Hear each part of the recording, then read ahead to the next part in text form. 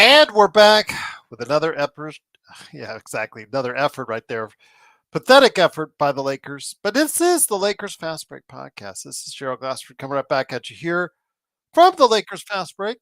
It is Gerald Glassford along with John Costa coming right there for you from Clutch Talk and Lakers Corner. Gerald Glassford right here for the Pop Culture Cosmos, where we cover the latest news and trends in pop culture each and every week, twice a week, wherever you get your podcasts. I've got a great episode I just dropped earlier today for everyone out there for the Pop Culture Cosmos, where we cover a lot of good things, including Dragon Age, The Veil Guard, Agatha All Along, the latest in movie news, and also as well, your first tidbit of Black Friday news right there at the Pop Culture Cosmos. So go ahead and catch it wherever you get your podcasts. Inside Sports Fantasy Football coming up later this week. NFL Week 10, we have our picks, plus also what is trending in the world of the NFL for you fantasy football owners as well. John Costa is here, Clutch Talk and Lakers Corner. Please like and subscribe wherever you get your podcasts and YouTube as well. Joe Soros coming on. Don't worry. He's coming on. Go ahead and make sure you catch him today. Hawks Hunting 47 at LakersBall.com, and of course his company Simblade, Simblades.com. Alfred Esmond was on here earlier setting up the pregame for you guys. Go ahead and catch what he's doing today at Alfred Esmond on Twitter. Same thing with the legend. Catch his YouTube channel. He was on here the other day talking NBA. Also as well, the Lakerholics crew, Lakerholics.com. You know Jamie Sweet is just laughing right now because he laid out the trap like he always does for these games. Admiral Akbar strikes again. So he told us so. He did tell us so. But go ahead and catch what he and Laker Tom are arguing about today at Lakerholics.com.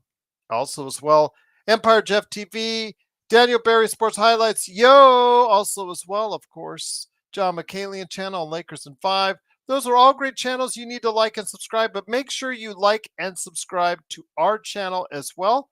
Plus also become a member today for just $2.99 a month. That's right, just $2.99 a month gets you shout outs, emojis, badges, inside information, articles in advance, and more. So go ahead and check out what we're doing today right there. So I got to give more people right now because we've got over 60 members and we'd like you to be a part of it right here at the Lakers Fast Break. Shout out to Kala, by the way. Kala is our latest member. Cannot thank you enough for joining up right now. Once again, it is the Lakers Fast Break. It is, of course, Gerald Glassford. Truly appreciate you joining us. The Lakers head into Detroit City today. El Rob was there watching the game. Fortunately, he saw a terrible effort. The Lakers came in there with all the reason in the world to take this game and take this game easily. Detroit played yesterday at Brooklyn. The Lakers had a full weekend off. And still, they came out with an effort that looked like the Lakers were tired and gassed out.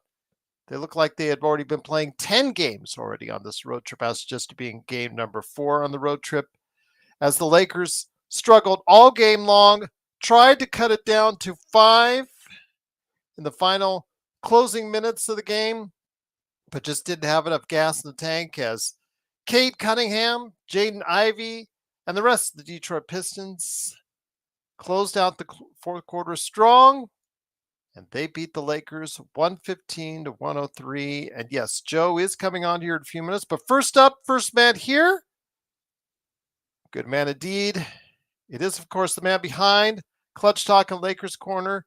It is John Costa. John, so much is reliant on LeBron James to be LeBron James. 7 of 16 today. Looked tired, looked lethargic, especially in the first half. 20 points, 11 assists, 8 rebounds for him. Anthony Davis getting hurt. His foot was hurting, but still got it out at 37.9 rebound performance. They both had to play 40 minutes tonight. I think the bigger question is if D'Angelo Russell and Austin Reeves are not getting it done, although Austin, all right, 17 points. D'Angelo Russell didn't get it done. Rui didn't get it done. The bench has got to pick things up. Unfortunately, you got 32 minutes of Gabe Vincent and Cam Reddish that gave you 0 points, although Cam Reddish did play good defense in that third quarter to help the Lakers get back under double digits. Jackson Hayes didn't give you much, a minus 12 and 5 points. Max Christie, he came in there early. They realized it wasn't working at all because he was awful out there.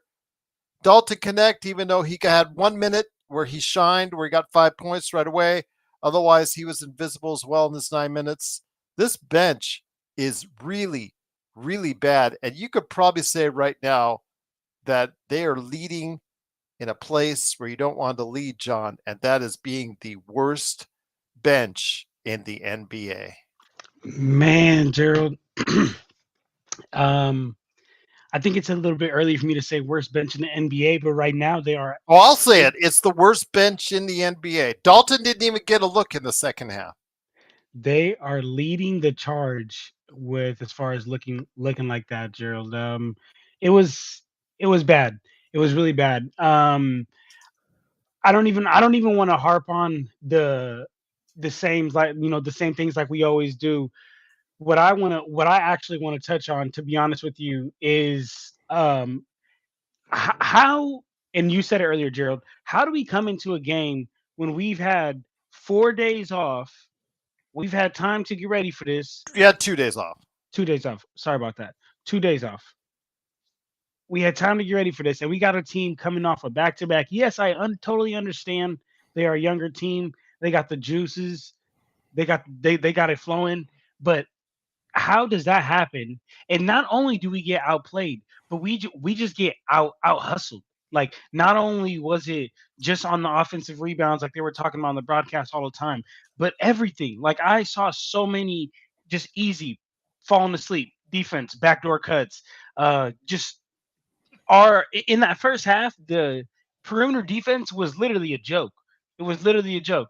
So to me, I don't even, yes, our bench sucks. We've harped on that so many times. We've talked about that over and over and over. And this team isn't gonna go anywhere until we actually get some help from that bench and actually get some bench production. But I mean, that we knew. But one thing I'm just upset about is the lack of effort, because that's one thing that, you know what, no, can't everybody dunk like LeBron James, can't everybody shoot like Stephen Curry, but you could play with some damn effort. And exactly what Snow D, I think that's how you pronounce your name, brother. Yes, bro. That was some of the terror, one of the worst defenses I've seen, kind of, as of late this season. But I just want to say, man, like, Lakers, Lakers family, we don't. I don't want to come into games like this thinking it's an easy dub. You can't figure out that. You can't. You can't Well, figure I out that. thought it was the coming of the game. It was an easy dub. There's no excuse. The way the NBA trends, one team just played in Brooklyn last night. They come in here in the back to back. Lakers had the entire weekend off. Makes no sense. No excuses. There are no excuses why this team lost the way they did tonight. Just absolutely lethargic the entire way, John. They didn't play with any effort until it was too late. And when they did, AD got hurt again, and he's limping around all over the place. And you're expecting to play him and LeBron James, a 39. The guy turns 40 next month. Man. 40 next month. And guess what? You're playing him 40 minutes. You know what's crazy, Gerald? Maybe I missed it, but did they say what happened, Anthony? They said it's his foot, right? But It's did they his say foot, but they didn't say exactly what? exactly what. Okay, No, I was because gonna he say, stayed in the maybe I game. missed it. No, Yeah, because he I stayed seen in the that. game. He stayed in the game and got it out. But I understand that maybe Dalton Connect may have not been able to change this game in any direction. But for God's sakes, get the guy involved a little bit more often in the offense. And then, was he that bad? The whole team sucked on defense. Get him involved. Start trusting him. I don't care if you think he's a rookie and have that mentality. You've got to go ahead and play people that can score. He is the only individual that has the talent to score off the bench, and you don't play him a lick. So while Joe here says he's not blaming in playback JJ anything on that, I do blame JJ for that. But the bigger question and the bigger problem is what he's right on, and that was Joe, when he said the bigger problem and the bigger issue tonight was the fact that the Lakers just don't have any options or many options to go to on that bench. 10 points by the bench is absolutely terrible. But here today to talk about that is, of course, Joe Soro. Joe, good to have you here. Uh, I'm just going to say this was an embarrassing performance tonight for a team that has some aspirations coming out of the gate. Had the Lakers fans thinking some good thoughts, tonight is a step backward indeed. Step backward.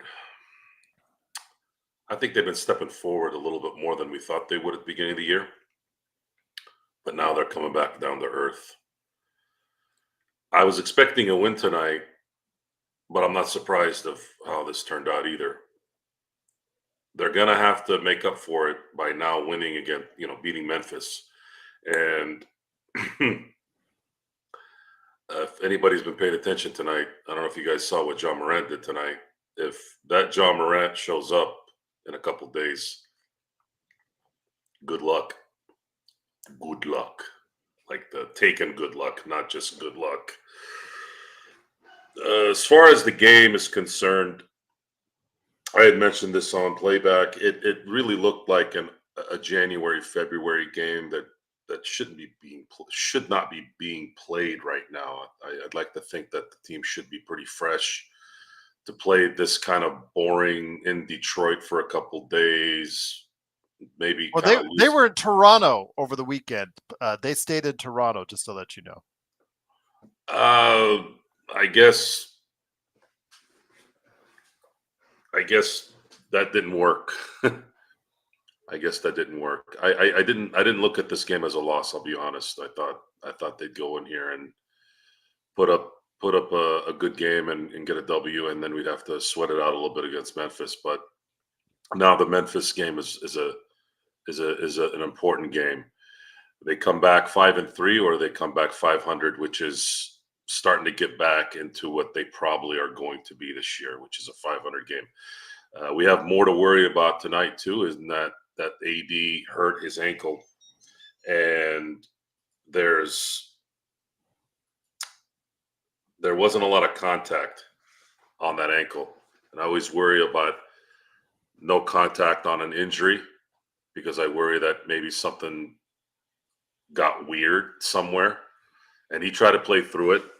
And AD has been a pretty good sport the last couple of years. He's played through a lot of little nicky knacks where before then he wasn't known to do that.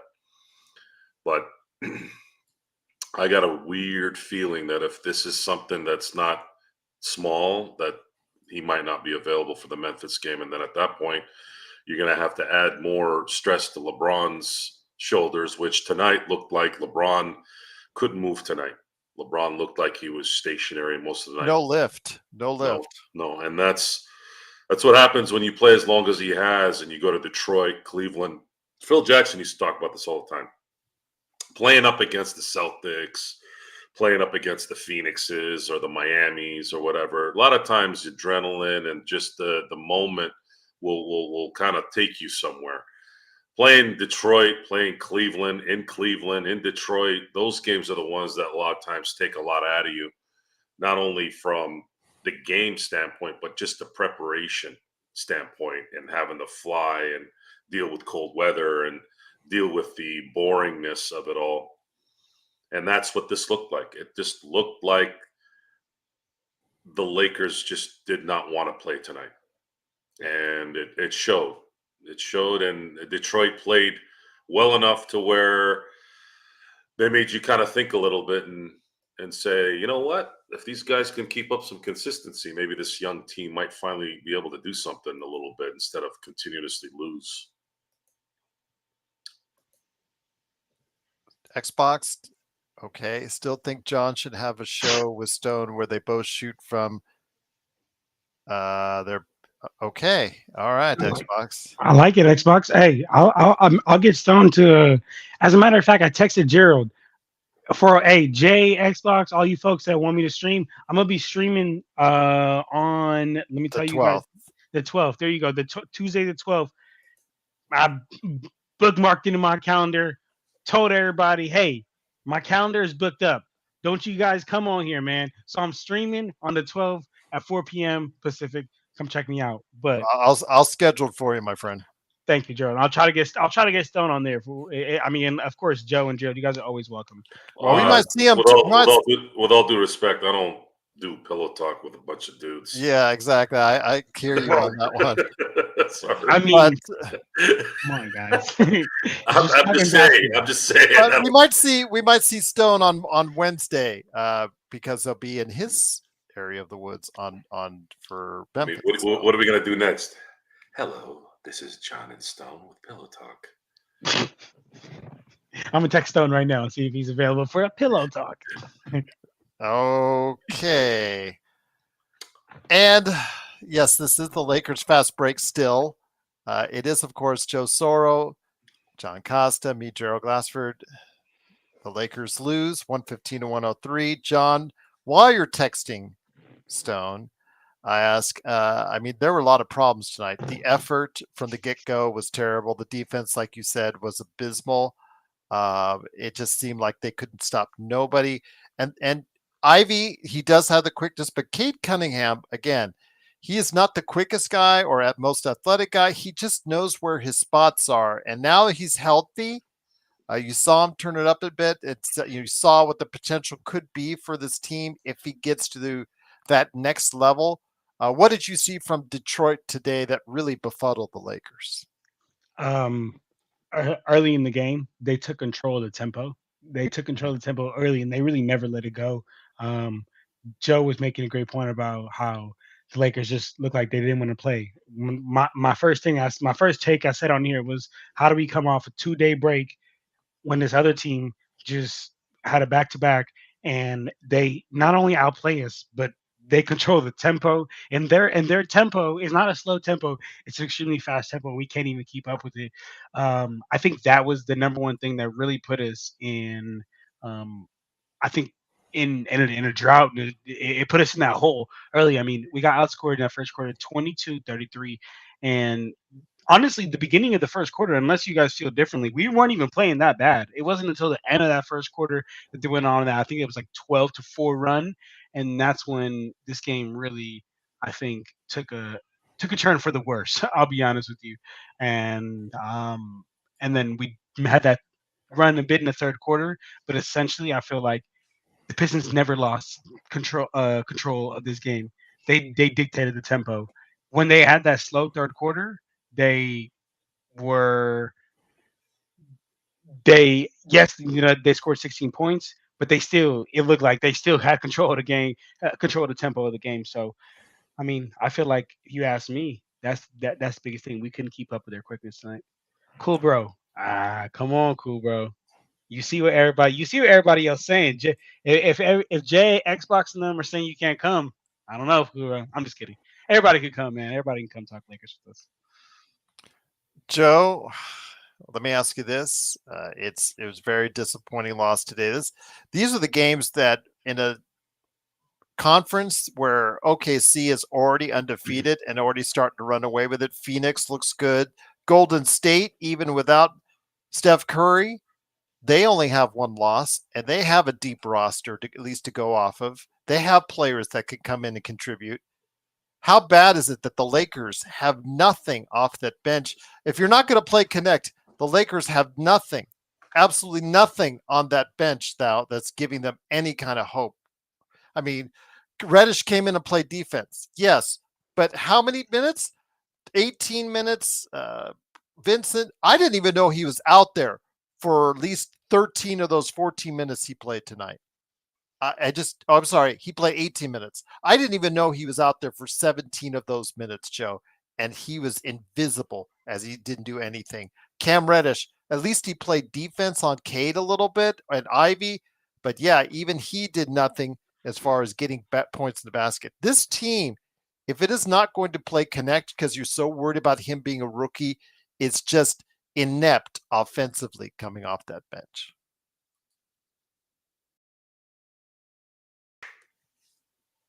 The Lakers were kind of out of it in the first half. Third quarter, pretty much the same thing. The fourth quarter, they had an opening. Unfortunately, there were too many non-basketball IQ moments done by mainly Rui. in certain spots, and the movement, the offense was pretty stagnant when AR was, let's say, not even at the top of the key, just sitting kind of behind the 3-point line. And this team has to have movement.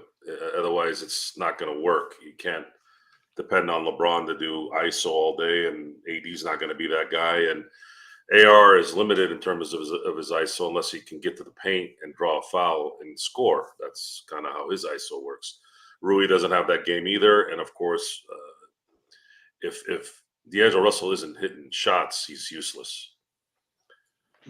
Towards the end of the game, there was an opening where Detroit wasn't controlling the tempo. The Lakers were making shots, and actually Detroit was kind of stagnant as well. The problem is they were still playing really good defense, making it hard for the Lakers, but their offense wasn't. But it was enough to where the Lakers just could not get over that last hump of that little deficit that they had.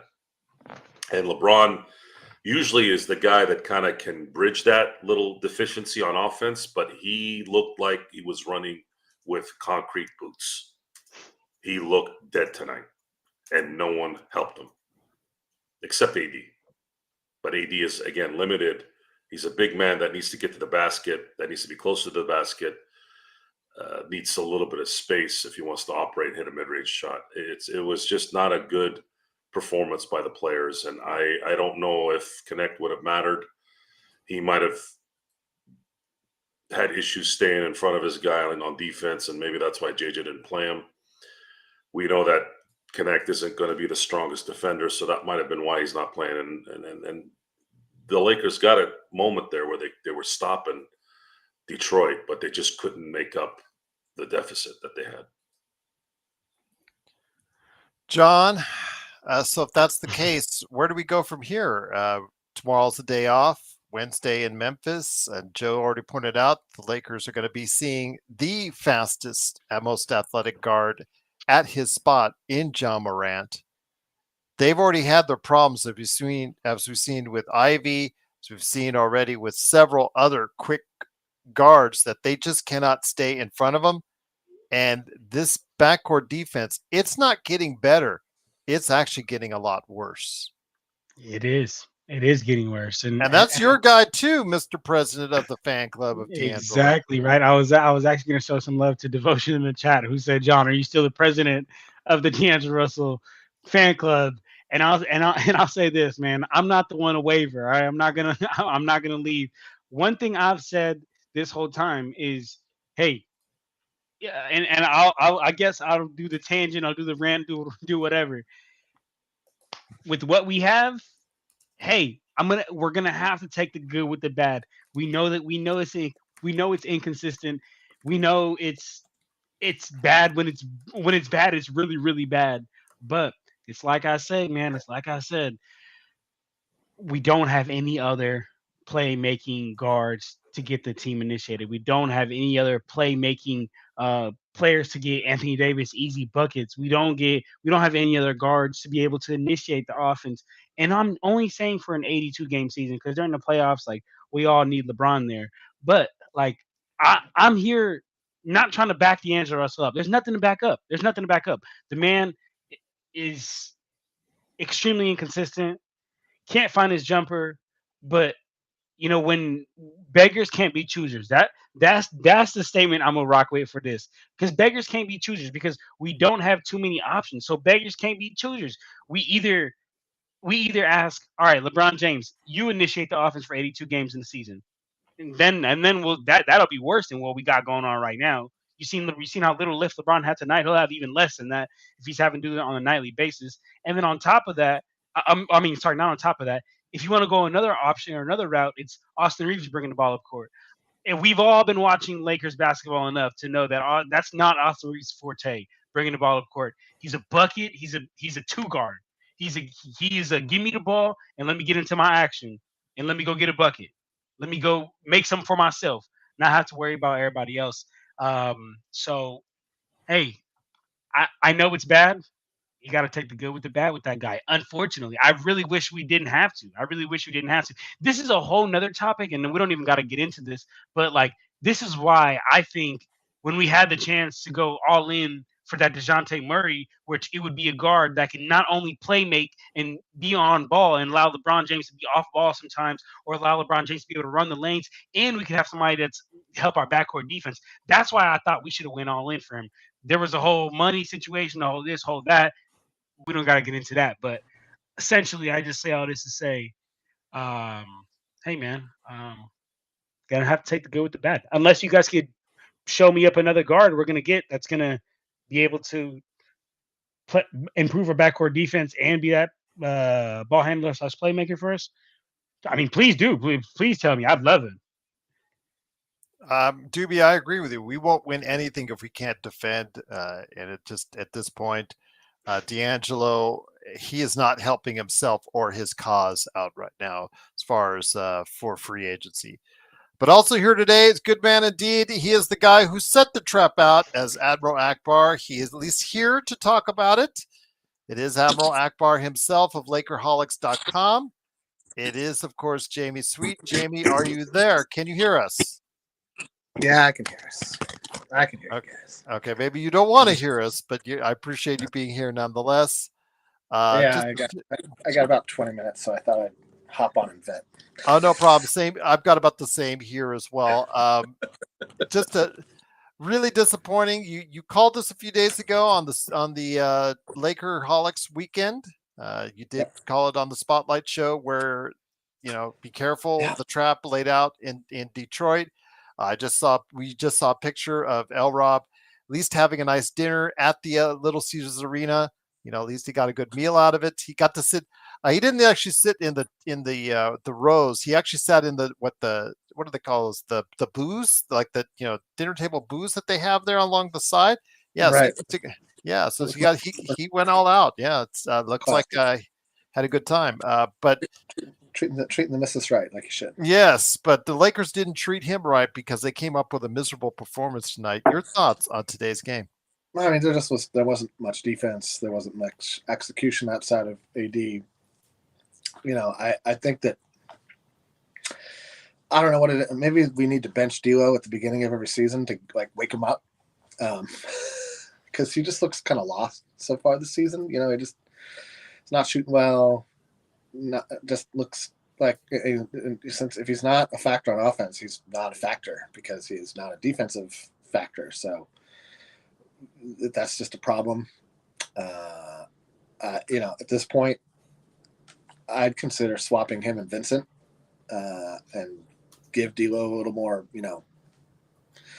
freelance ability. I don't know. He seemed to look a little more comfortable in the freelance offense known as the Darvin Ham offense last season, in my opinion, when he decided to be aggressive. But we haven't seen that despite all of his summer-long bro fest with JJ Redick saying how he was so excited and it's going to be a new chapter in his career and all the nice things you hear people say over the summer.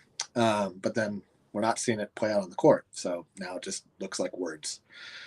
I don't got time for words. I don't really care. We can all say all the lovely things we want about whatever, and it doesn't matter when the rubber meets the road. And he's not playing well. He's just not playing well this season so far. And there's no other way to put it. He's not helping the team. And the bench is just a disaster, which is, kind of why you'd have to start considering it. Think at least the idea of putting one of those guys onto the bench. And Rui plays worse off the bench, I feel like. So that really leaves Reeves or D'Lo. So take your pick. I kind of prefer Reeves in the starting five. I think he fits in well pretty much anywhere, but you need one of those two guys to start. And if you swap Vincent and D'Lo, at least you got like a 3-point threat off the bench in a way that we haven't really had in the last few years. Yeah, this is disappointing. It means the road trip's going to be a losing road trip, no matter what. Feels like all the nice momentum we generated from that 3-0 start got flushed down the toilet completely tonight. It was mostly flushed down the toilet, I felt like, after the the first two losses where we gave up a game we could have won and this no-showed against a really good Cleveland team you can't no-show against.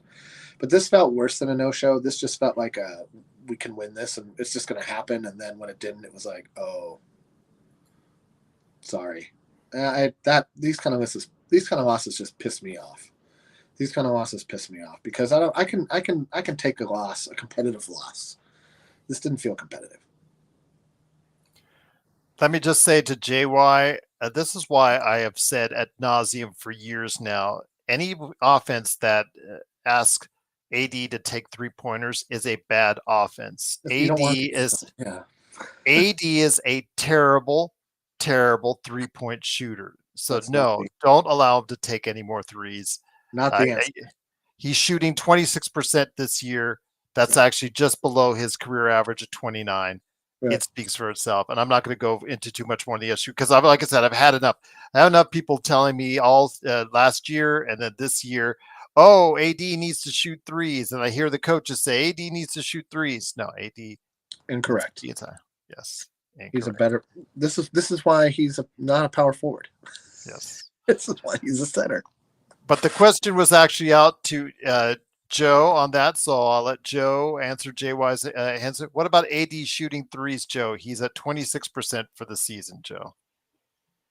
He shouldn't be shooting threes a lot. Good answer, Joe.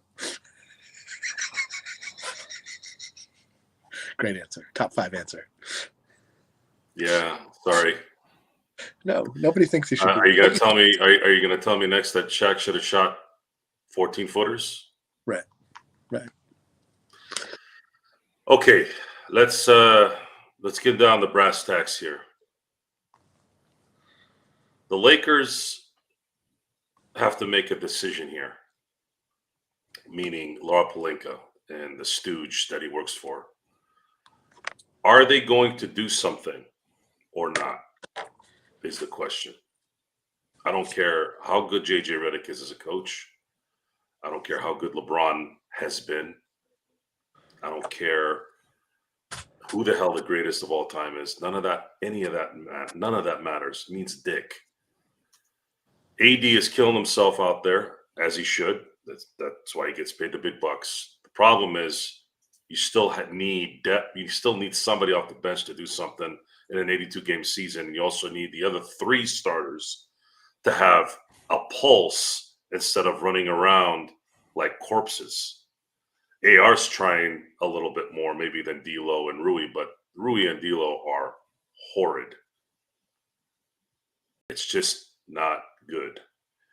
And the Memphis game might be very, very bad. It might be worse than the Detroit game if things don't switch. But they needed this game. They needed this game. If they had lost to Memphis, it was a little bit more understandable. But if you come back 5-3, it's somewhat of a win. You're 5-3 after 8 games. That's 10% of the season. But now you're looking at a possibility of coming back 500 and essentially being what I originally had slated was 44-39. I'm sorry, 44-38.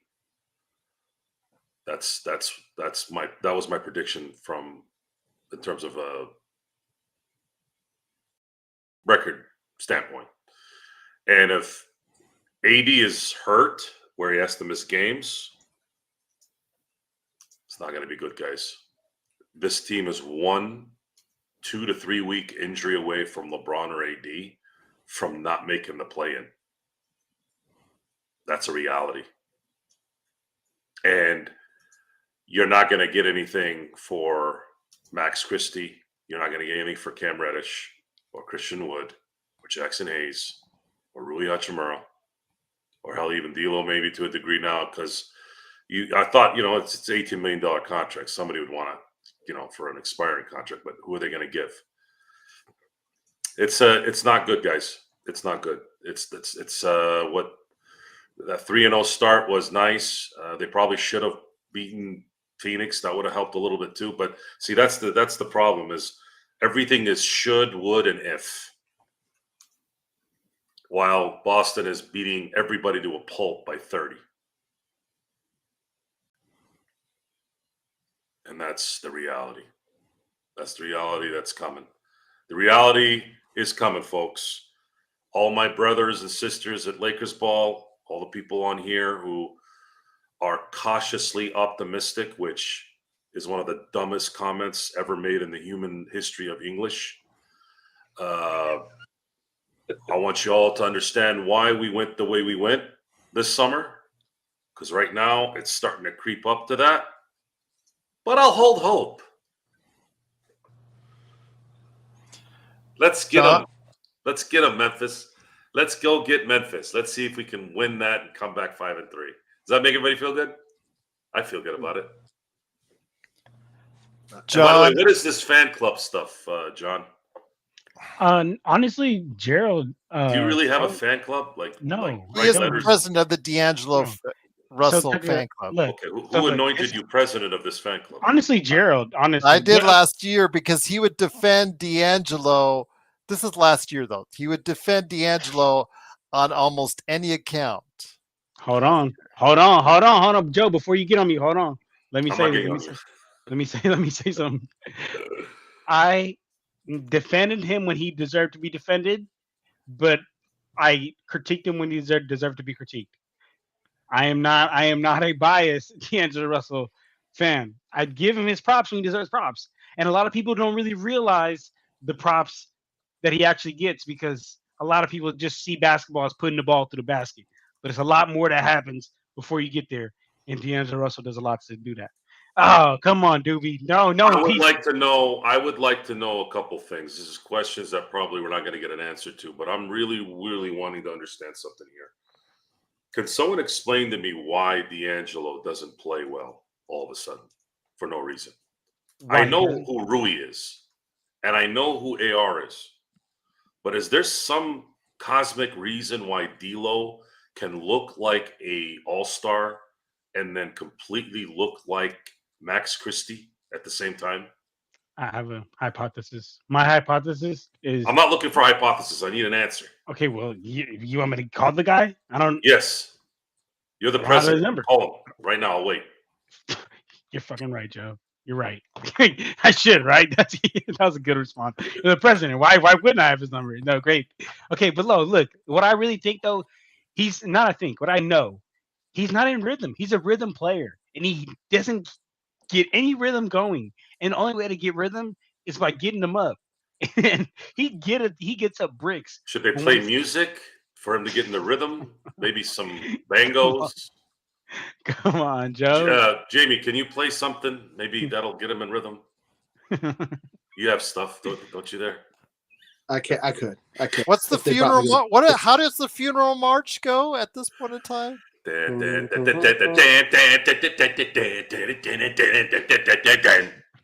that good? Yeah, I mean, hopefully that'll help him get rhythm.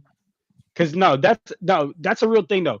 He really does need to get some rhythm, and it's tough because we don't have time to let this man get rhythm. That's one of our biggest issues. Okay. I mean, I hear what you're saying, but he played 33 minutes. He shot the ball 14 times. That's not like that's no. Hold on. I'm not saying tonight. I'm saying in general, because when you see look last year when you seen D'Angelo Russell starting to take over in the playoffs is when he actually not in the playoffs when he actually had some rhythm going. Not in the playoffs. Definitely not in the playoffs. When he had some rhythm going, when he was able to. He's a flow. He's energy type guy, and I agree. Yeah. This is not a every night type thing, because great point tonight, right? 33 minutes and shot 14 times. But what I will say is that he's not a microwave type guy, and he's averaging 12 points, 6 assists, 1.5 turnovers. He's only shooting 29% from 3 and 40% overall. That's not a season where you're going to get a lot of money in the off season, John. I agree though. I agree. Please, last thing I'll say, look, guys, I am not trying to back this guy up, but I am just saying, like I've said time and time again, we don't have any other option to play make for us throughout an 82 game season. That's the only thing I'm saying. So unfortunately, we have to rely on him. Beggars just can't be choosers. Sorry, Jamie. Go ahead, brother. No, I think you're right about that. I mean, you're absolutely right about that. There's no disputing that. And to your point, he did have 8 assists to only 3 turnovers. Took him 14 shots to get 11 points is the problem that I have. So, I understand what you're saying. Like, shooters are rhythm creatures. They need to be in a groove in order to be more effective. But all signs, if you're somebody who believes the scuttlebutt of summer, which I happen to not be, so I, whatever that means here on earth, but Redick was supposed to be the kind of coach that could unlock a player like Russell, right? Or a player like Reeves, or players like that who Darvin Ham didn't seem to have a real great grasp of how to use. But what I'm seeing is kind of the opposite. I mean, and we're coming up on 10 games in, right? We're 7 games in. 10 games will be here before we know it. And I haven't seen. We're talking about running plays, right? I'm not seeing plays being run for D'Angelo Russell to get him 3-point shots from sweet spots. I'm not seeing play. And so I'm trying to find where is the problem? Is the problem the coaching, or is the problem the player, or is it that like the player and the coach aren't syncing up on what they're talking about? Is it something that we're gonna see? And because sports media is a room full of simping cow tailing, whatever makes you guys all happy so I can stay in the room type people.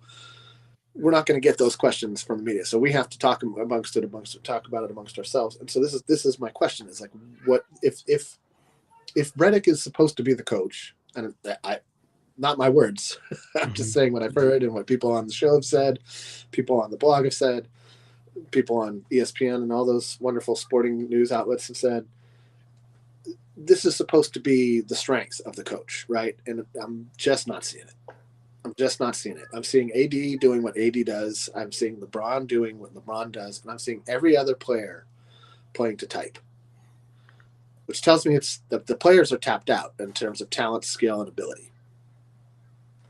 If the coach can't get more out of this group, then, like Joe was saying, something has to change. But the problem is that nothing's going to change till at least December 15th, when we can trade that weirdly early Max Christie contract.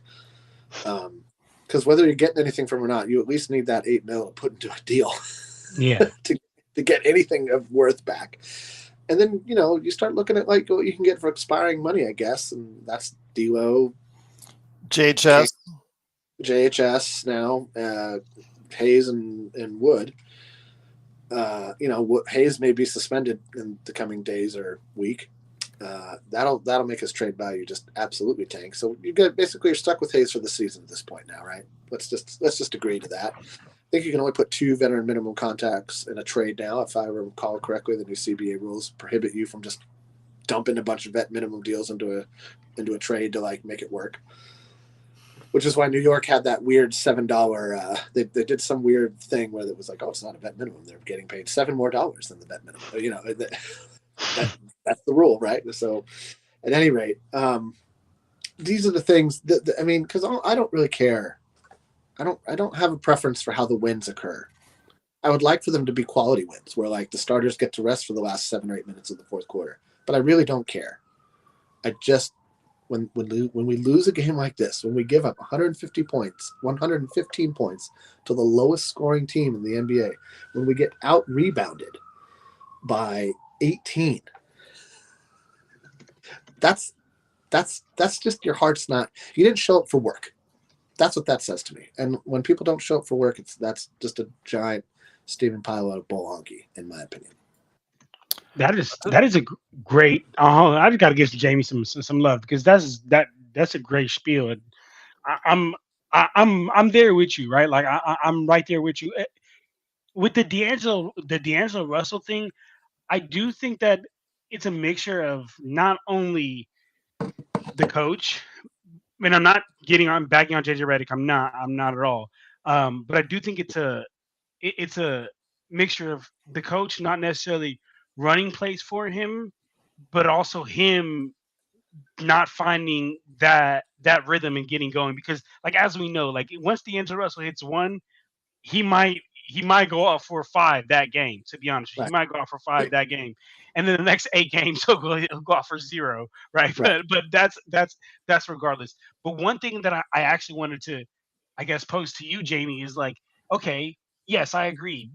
JJ Redick is not, running all these sets to get D'Lo easy looks like in his sweet spot. But like, how much do you actually want to see that? Because for me, like my only thing I want to see D'Lo do is bring this ball up court and get AD, get Jackson Hayes, get all these players easier buckets throughout the course of a game. Like I don't want to see him running off a whole bunch of pin downs and then catch and shoot. I want to see Dalton connect in that role. So I guess how do you feel about that? I tend to agree. I mean, well, no. Let me put it this way. I think this is what I agree with. I think that yes, AD should be taking the lion's share of the shots. He did that tonight. He took 23 shots. Nobody else shot. The closest other one was Reeves at 17, who also went to the free throw line 10 times, which tells me that Austin Reeves was the appropriate level of aggression. Right? He shot the ball at least 22 times. 5 of them he got fouled. 17 he took. We made 7. Took 17 shots to get to 17 points, which is bad. Took too many 3-pointers. Probably should have driven it to the hole more. I'm sorry, he didn't shoot 10 free throws. He shot 10 3-pointers. That's my bad. I'm looking at the wrong stats. So no, too many threes for Austin Reeves. That's too many threes, especially when they're not going in. For some reason, AD took 4 threes when those should have all been close to the basket. Not that it would have mattered. We lost by 12, so 8 points wouldn't have been the hugest difference in the world, except for maybe setting a tone. But nobody got double-digit rebounds on the team. The only person to get double-digit assists was LeBron. LeBron had an okay game, I guess. But LeBron's not enough anymore. That was true last year. It's true this year. It's going to be true for however much longer he plays. I would rather see, if you're going to have him out there, you got to run something that gets him going, because if he's not an offensive threat, he's just a liability. If he's not an offensive threat, if he's not scoring the basketball from anywhere, I don't really care where it is. I don't need for D'Angelo to shoot a specific number of 3-pointers, but I do need him to be able to take the pressure off of the other players, and he's not doing that. He's a liability on offense. He's a liability on defense. And to his credit, he did make some plays, didn't turn the ball over a ton. We actually had, a fairly low turnover game, only had 13. LeBron only had 1. AD had 3. Austin had 4. These are the guys that you don't want to see turning the ball over a lot, but it's they also have the ball a lot, so it's kind of understandable. But I mean, again, like, our bench scored 10 points. This is the problem. Like, this bench is just going to be the death of the season, because if you look at the starters, it could have been better, but the bench is just off a cliff. I mean, they only even managed to shoot the ball 9 times. Like, they're just not present. Damn. Damn. I didn't even see that, actually. They only shot the ball. Damn. You can't make shit if you ain't shooting them. No, and of all of them, Hayes took 3 free throws, missed 2. And the only one who was a net positive was Cam Reddish with 5 rebounds. Everybody else was a net negative. So I don't know. I mean, for me, it looks like the Max Christie experiment got the plug pulled tonight, because he only played 4 minutes, and Cam Reddish got those minutes instead. And I think you're at least putting the best defender out there in that equation. If you go with Cam, since it would appear we're not going to be getting a boatload of points from Max Christie at this point. Sorry about all you Max Christie believers out there, all 3 of you, I guess. I don't, Connect played 9 minutes, hit 2 shots, but didn't contribute anything else to the game. Got blown by on defense a lot. It isn't, so this is my problem, is like, we put a lot of eggs in the Dalton Connect basket. Everybody's like, this guy's going to be a great player. And you know what? He really might be a great player, but he's not going to be a great player right now. He's a rookie. He's a rookie with 4 years of college experience, and he's going to get his ass handed to him on defense most nights. And that's just how it's going to go. And, there's just nothing positive to take from a game from this. There's nothing but, But let me ask you this, Jamie. If you're only giving him the ball twice in 9 minutes, I blame the coach for that. That's the coach. Or it's the other team saying, like, do I? I mean, or it's the other team saying, like, we will happily let Gabe Vincent and Max Christie or Cam Reddish shoot the ball. They didn't even shoot. Gabe Vincent didn't even shoot in 18 minutes. Nope. He had 1 turnover. And once Cam Reddish didn't even shoot in 14 minutes. I'm okay with that. I'm okay with that. Gabe Vincent less okay. I'm He's okay like, with you know what? I think that's bad for the better. But I mean, but Joe, to your point, But- that is 32 combined minutes of basketball with no offensive pressure, which means it's all on Reeves, Russell, and Hachimura to make that up. Because AD and LeBron are going to play their AD and LeBron games. That's not going to change, right? But out on the floor, you see Connect. When he's in there with LeBron and AD and the starting crew, he doesn't get the ball. They don't have enough trust or faith in him. Maybe it's the rookie thing. Most likely it is. But you see in those rare moments when he gets the opportunity, he takes advantage of it. But the thing is, the rug is pulled out under him, and your guy's saying it's because of the defense. And yeah, the defense isn't great. It's bad. Defense isn't great. It's But bad. yeah, you don't even give an opportunity though, as a shooter, as a guy that can get buckets, to get those buckets, and that's part of the problem right there. Listen, I don't know that there's a quick and easy solution. I don't know that this team has. I mean, none of us, I don't think, on the panel tonight picked this team to finish above 7. Right? Nobody. I got him at 8th. I think Joe has him at like 9th or 10th. Even Laker Tom, who picked the Lakers to win the championship, picked them 6th. Right. So it's not like we're all like, oh my gosh, nobody saw this coming. We all saw this coming. The problem is that we didn't want to be right. Yes. We didn't want to be right. And it looks like, our intelligence got the better of us on this one. And we might be stuck with this team for the whole year. That's the problem, because Depending the on- lack of maneuverability that the Lakers have under their cap right now. So The best deal I could see is for our expiring contracts to trade for a guy like Schroeder, Clarkson. Is that changing anything? Honestly, you know what's something I think we should have did? I seen Lonnie Walker didn't get picked up by the Celtics. Like, I don't know how y'all feel about that, but I would rather that at this point than what we got going on. Yeah, the problem is that the Lakers would have to waive somebody, and then they still don't have any money after that. Basically, we have to trade more players and salary out in any trade scenario than we bring back in. Or trade somebody like Max Christie into Brooklyn's cap space. I think Brooklyn was the last team that's under the cap. But maybe it was Detroit. Maybe I'm wrong. Maybe it's Detroit. Detroit might be the only team that's like far enough under the cap that we could trade somebody on their roster, provided they have a roster slot available, which I'm not sure they do. The Lakers are kind of screwed. And it's of their own doing. So there's just not a lot of pity from this group of people, I feel like. Yeah. it's funny because Dylan the Villain says, Gerald, the problem is they don't have a bench, plus they don't have a backcourt that can defend, plus D'Lo and Reeves, one of the worst backcourts. Funny, we've been saying these things ad nauseum every day on this channel for months. Yeah. Months. And sometimes we get ridiculed for it. A lot of people didn't want to believe that was the truth, but they called us haters. They say, all the stuff that negative. Oh, you guys are always negative. Oh, why you guys are always negative? We just told it like it is. Just told it like it is. That's the way we see it. And just because we're right, don't hate at us. Just follow us, because if you want the other guys that throw flowers and are wrong, then you watch them. If you want people that are right more times than not, us right here at the Lakers Fast Break. But Joe, thanks for the shout out. Okay, thanks for the shout out, JSJ. Yes, JSJ been doing great in the chat. Once again, the Lakers do lose 115 to 103. I don't know, Joe. I know you've been a little bit quiet on this part of it. Did you want to do a nightcap? I'm going to have to head on out, but let me know if you want to do a nightcap, sir. Because we're taking tomorrow off. Everybody go vote tomorrow. If you I'm gonna pass on the nightcap for tonight. I think we've discussed. I think we just don't have energy ourselves tonight. Well, the game was boring, and the players were boring, and there was really nothing exciting about Detroit, and that's exactly right. Except for L. Rob.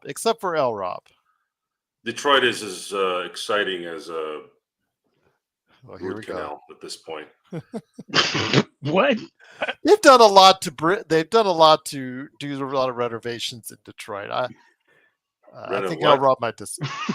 Joe, stop. So Renovation? Did you say renovations? yes, Yes, Joe. Detroit has renovated a great part of their downtown area. All of Detroit has new crown molding and curtains, Joe. Did they Oh. renovate their personality and their weather too?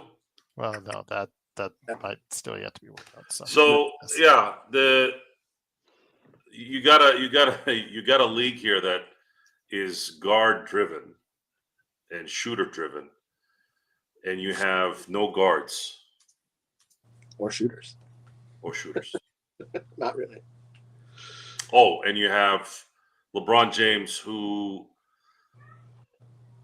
was more concerned about family matters, the show, his own, his brand. AD has shown up. And you think AD, who's still in his prime, with absolutely nothing. And that's what I wanted to get at here tonight. My goal tonight wasn't so much to discuss the game. Everyone saw it. We can sit here and look at the box scores and slap our hams to it and say, this is why they lost. See? I like the way you said hams. Yes. But in the end, when someone is talking to you, and this is something I want you all to listen to, and those who have been on the show understand it, especially Gerald. Gerald and I do more shows than anybody here, so he knows. John, you're getting there.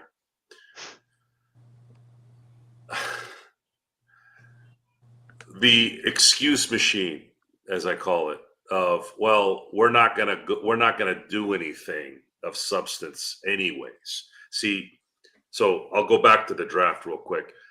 We have very limited amount of ability to acquire talent. Would you agree? And then yet you take one of those limited, which is, by the way, was really three. It was really three. Your mid-level exception and then 2 draft picks. You don't really do jack squat with 2 of them. You got lucky with 1. Oh, Joe, I can't believe. See, even when he does something right, guys, a blind, deaf mouse would have picked Connect at 17. Okay, let's get real here. If you pay attention to basketball, you don't need much to know that was the pick at 17. Now, you waste your time merging this family situation while your team is about to die from any chance of ever competing for a championship. And then you don't do anything in the summer of bringing anybody of any substance. And then on top of that, you sign people who have no business being signed for the price that they're being signed at. And then you insult my intelligence by saying, well, Joe, they're probably not going to win. This is the end. This is at the end, by the way. Well, they're probably not going to win anyways. You might as well try to just make it what it is. Well, what about Anthony Davis? How often does an all-time great who's on the last stage of his career and should be gone, how many of those teams have an Anthony Davis there still? Because what you're doing right now is you're ruining the transition that could be quicker because of that guy. AD is 31. He's got a few years left. And you could have solved this problem by telling LeBron James, LeBron, we understand you want to play with your son. We will help you out with whatever you want to get you where you want to go. And then you can go do your thing because we need to start rebuilding. You're telling me that he wouldn't have understood that? Now, let's say he didn't. Who gives a shit? You're about the Lakers, right? Or are you about LeBron James and clutch? So that was your first mistake, folks. That is the first mistake when it comes to winning. When you cater to something that doesn't involve winning, you don't win. Winning is all that matters in sports. It's all that matters. It's not stats. It's not who's there. It's about winning. And when you don't win, what are you doing this for? Just to make money? Sure, there are plenty of owners that do that. but this is the LA Lakers. And it's too late. The cat is out of the bag. The Lakers are about excellence. This is a team that's won 11 NBA championships since 1979 or 80. So we're used to this, right? I'm used to it. It's too late. Now, what are you going to do about it? Are you going to continue to win or you're not? Are you going to turn into the Charlotte Hornets or the New Orleans Pelicans? What are you going to do? Well, it looks like they're turning into the New Orleans Pelicans and the Charlotte Hornets with a little bit of star power and name. That's it. So it's a disservice to Anthony Davis in my book. And you have an advantage there where you can rebuild quickly because you have Anthony Davis, but you chose not to.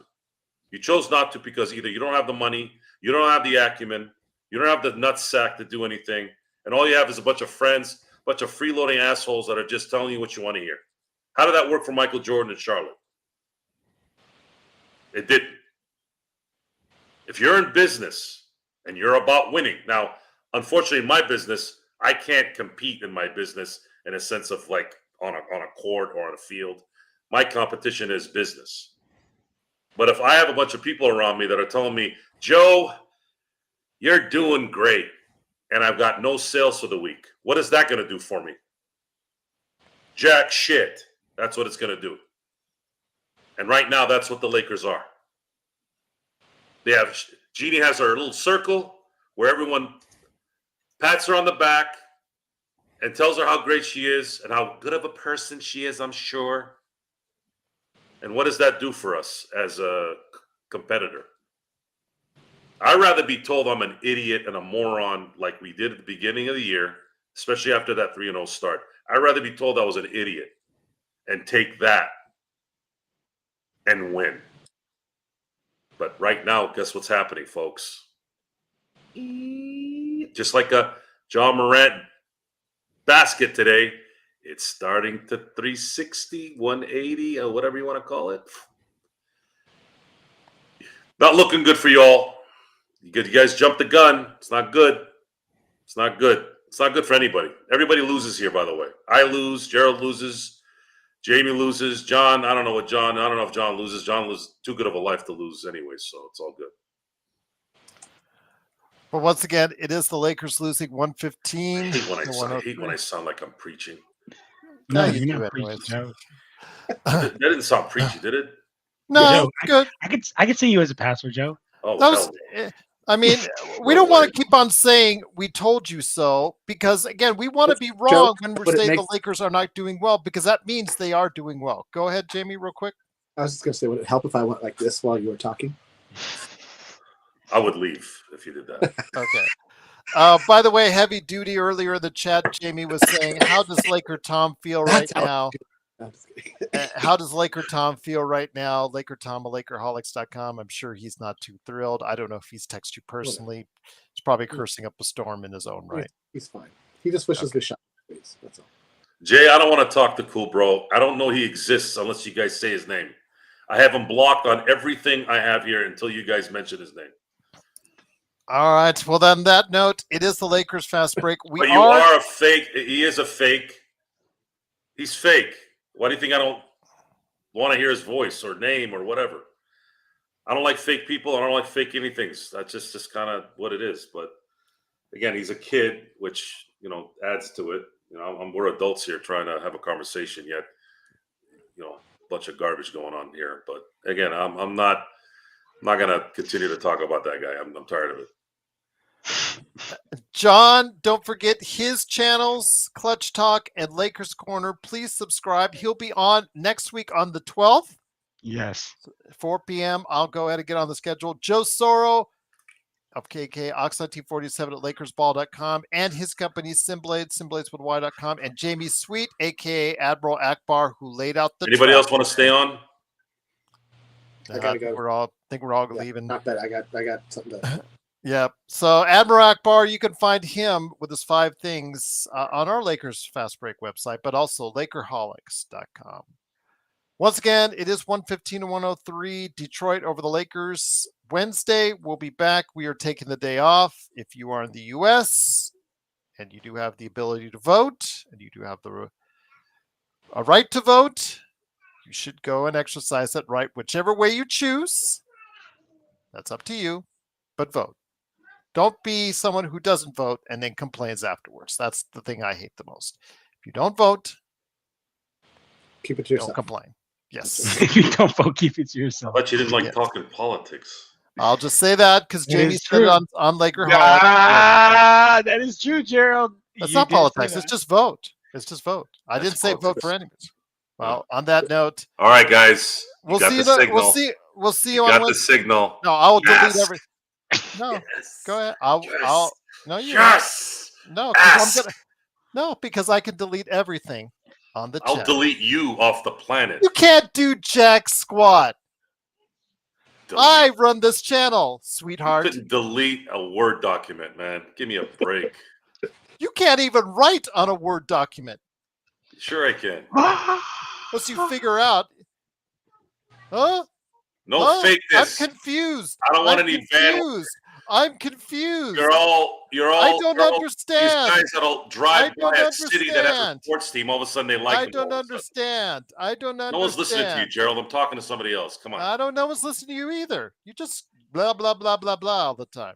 Yeah, I don't have a tattoo on my wrist, at least. Oh, it's the Lakers.